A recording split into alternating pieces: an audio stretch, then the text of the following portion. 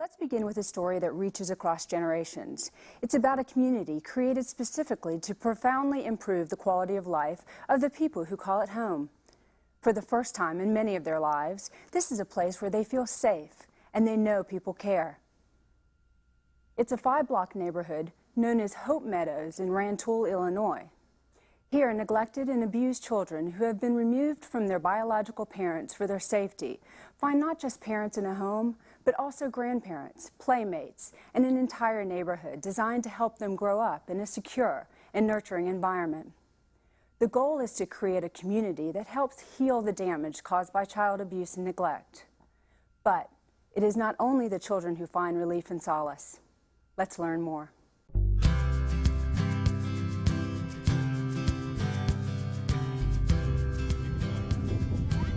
According to African proverb, it takes a village to raise a child.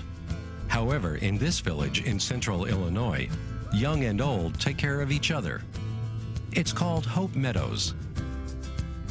It's a project of Generations of Hope, an Illinois-based child welfare organization.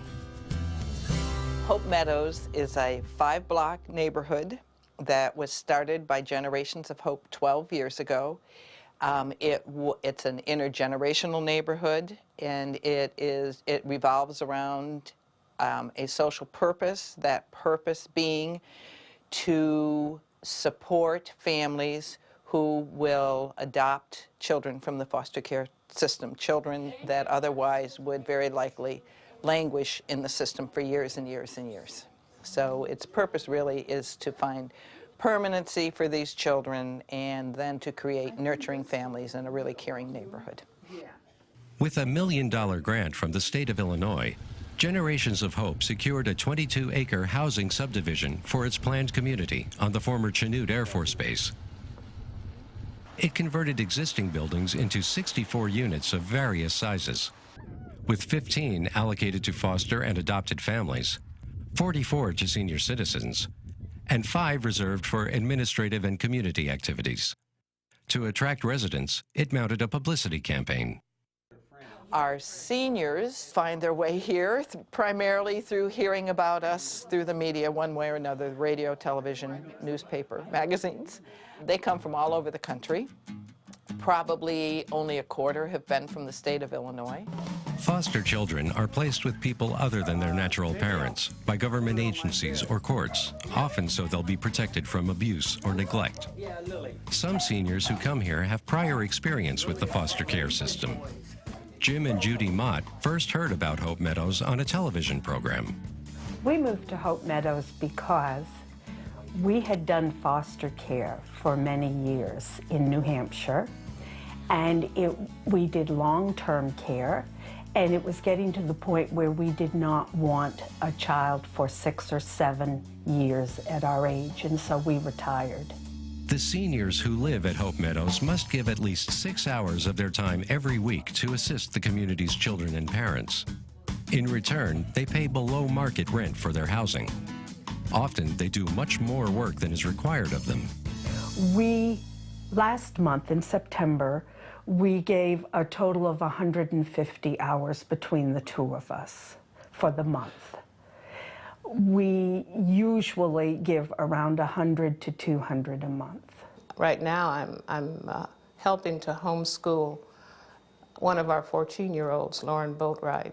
She comes in the morning and leaves at 2:30. And sometimes I don't have to help her at all. She follows along with her workbooks, and then there are times when, especially with math and English, I help her learn, you know. Today, there are 11 families at Hope Meadows, including 28 adopted children, 13 biological children, and 7 children still in foster care. Each family has agreed to take in 3 or 4 children. No easy task, especially for those who have biological children to raise as well. But if the parents ever feel overwhelmed, the senior volunteers are always nearby to lend a helping hand. The neighbors that are around us, they're just so enthusiastic and full of life, especially the senior citizens. It gives us a sense of, as you can say, security. we have a lot of support out here, which I enjoy, especially with the children. We've had many of the seniors that have come in, if one of the kids have been sick or if my husband or I have been down or something, and they'll come in, they'll bring dinners over, or they'll take the kids out. We've had seniors that go to the children's sports events and school events to support all the kids. And you can pick up the phone if there's an emergency or some kind of crisis. You can pick up the phone and there's always an adult, one of the seniors, or even the parents there. I mean, within a matter of minutes to do whatever's needed to be done. When we moved in to the last group of 3, in order to arrange to where we had enough bedrooms upstairs for all the children, our oldest son volunteered to move into the basement. And at that point, the basement was unfinished. Well, the Motts showed up, brought insulation, and just came in and started rolling insulation into the walls, and they're getting drywall and putting drywall up, and all this is just on, just out of the kindness of their hearts. To the seniors, devoting time and effort to Hope Meadows families offers both satisfaction and comfort. I love the interaction with the children. I also like the security of the community. Jim was very sick last Christmas and again in May, and we have such support from everyone here. We love working with the parents and just being able to be that extra support for them. We, as a family, actually check in on a lot of the seniors to see what we can do to help them, because they're by themselves and it's easier for us to run and do things for them as opposed to them doing, having to do things on their own, especially if they're ill health and stuff interferes with that. In providing a home and a community for foster children, Hope Meadows is not only building the kind of family relationships that seem to have gone out of style, but also proving that you're never too old to live a life of purpose. They say once you retire, you're busier than what you've ever been before. You wonder, when did you have time to work if you're doing all this now? I think that the elder people in this community are in many ways the backbone of this program, and I firmly believe that without that component, this program would have closed within 2 or 3 years. Oh, yeah. Wrestling, yeah. Here with me to discuss Hope Meadows is Carolyn Casteel. Carolyn is the director of Generations of Hope, the organization that administers the community. Ms. Casteel not only works at Hope Meadows, but also lives there. She has been quoted as saying, "The 150 people who live in Hope Meadows are now my extended family. It's not just the place I live, it has become my life." Thank you so much for being here, Ms. Casteel. Thank you for having me. So explain more deeply, what is Generations of Hope? Generations of Hope is a 501c3, Which is a nonprofit. Right, a nonprofit organization which developed the geographically contained intergenerational neighborhood Hope Meadows. So what is Hope Meadows? Hope Meadows is our neighborhood where families live that are taking in children from the foster care system to provide, to adopt them and to provide permanency for them. So these are long-term foster care parents, right? Well, they're pre-adoptive parents is how we look at them. The children come from the foster care system, but most likely their rights have been terminated, so they are free for adoption. Oh. So once they're placed in our homes, between the support they get from the neighborhood and the staff, then it's our goal to get those children adopted into that family. When you talk about goals, what are the main goals of Generation of Hope? Well, obviously the main goal is to find a permanent home for the children who most likely would not get adopted. Most of our children come now to us in sibling groups of 3s and 4s. And so that's very difficult for a family to take, in everyday life. Well, at Hope Meadows, we provide a 3,200 square foot home for the families. So that helps them a lot. And then not only, do we provide that home for them, then we have the support of other families going through the similar circumstances, as well as the senior citizens. What a wonderful opportunity for these kids. How's it all funded, though? Well, it's funded partially through the state of Illinois from our Department of Children and Family Services, which where the foster care dollars come from.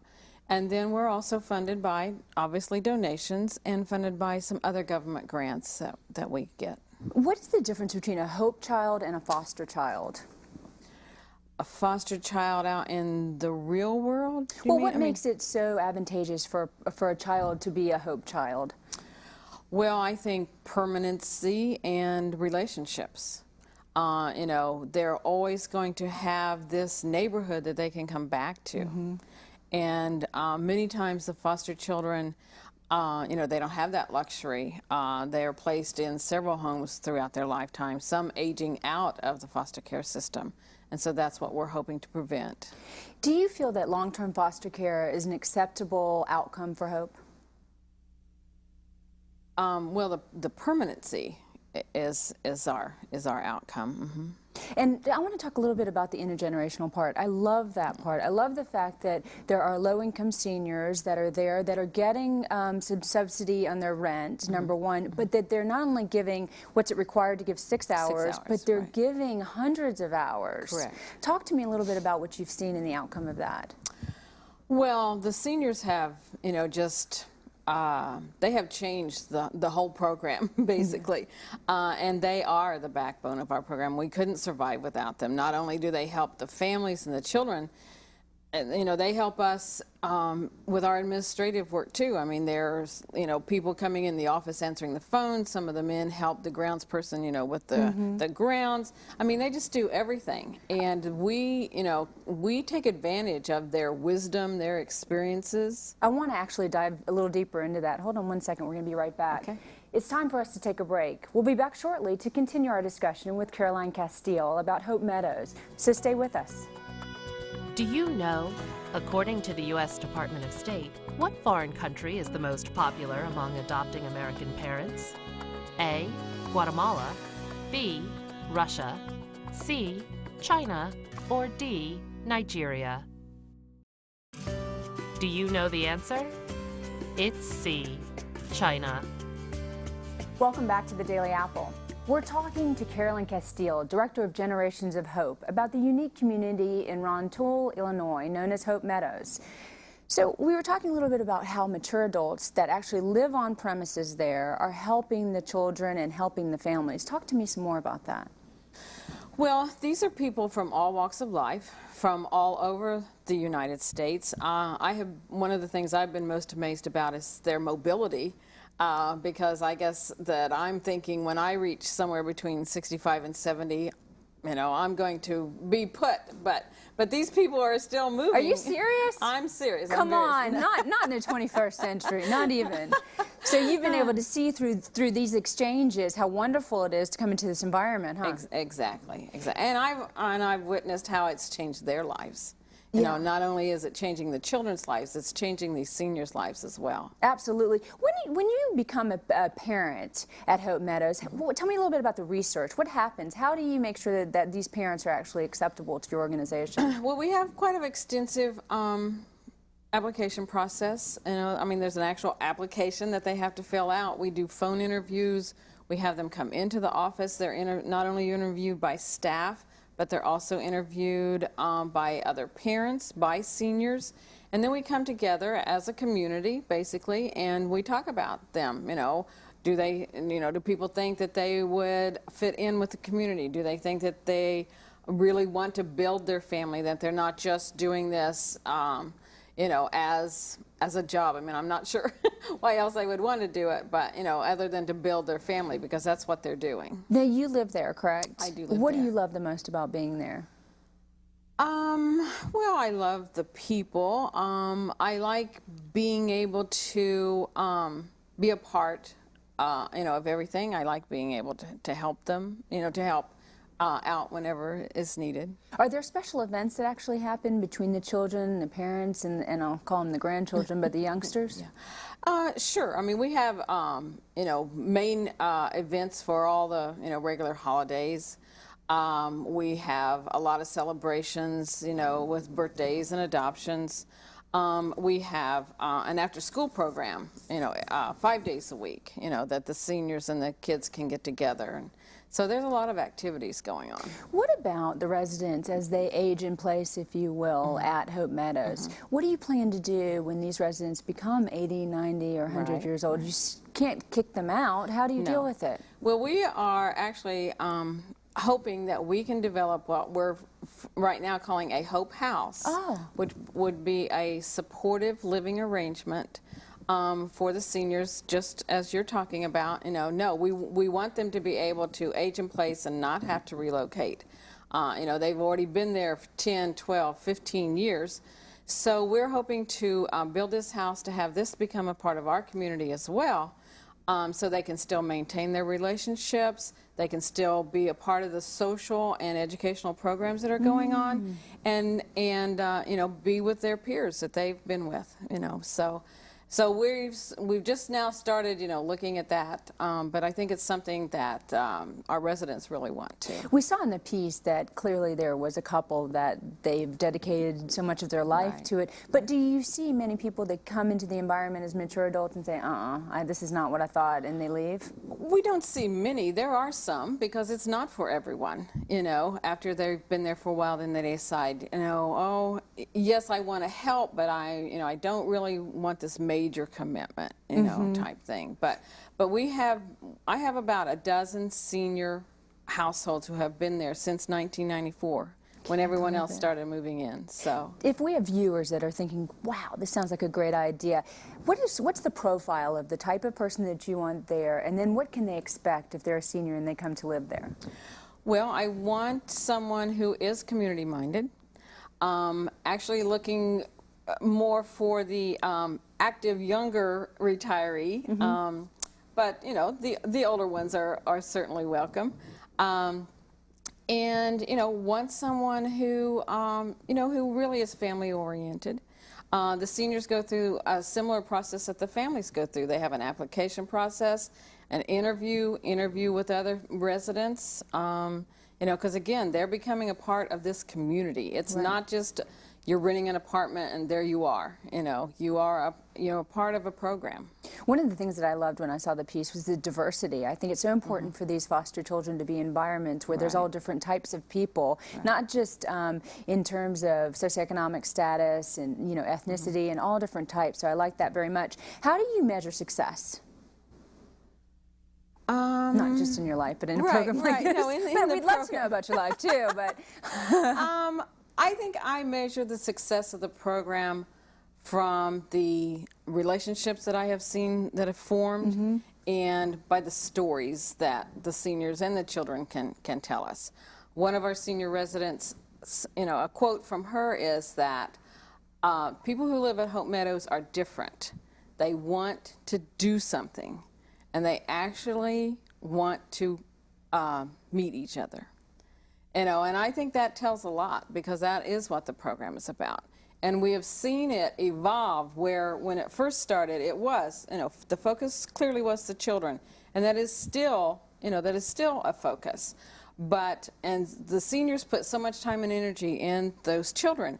Now, over 12 years, the seniors that have been there obviously are getting older. They were 72, now they're 82. And so it's come full circle. Now the children are taking care of the seniors. They're stopping by, they're emptying the trash, they're bringing the newspaper in. So it's a full circle. It is a full circle, and so that's our success. But I'm just having a little trouble visualizing the whole thing. When these kids get into their 15, 16, 17-year-old, and then the seniors are in their 80s, new children come in, new seniors come in, and it just keeps going, and the community just keeps growing outwardly? Or how do you control all this? Well, no, we don't really have any room right where we are to expand, but we do have, some turnover. Unfortunately, some seniors die, or some of them have moved. So seems like there's always an empty spot. So it just works out. For someone new. And, this is sort of unfamiliar territory. I've been in gerontology for a long time and haven't heard a lot about these intergenerational communities. Are they very common? I think there are, some, across the United States, and certainly there is an interest in our program, to try to replicate it. And I think our program could be done also with other social problems. It doesn't all have to be foster care and adoption, you know.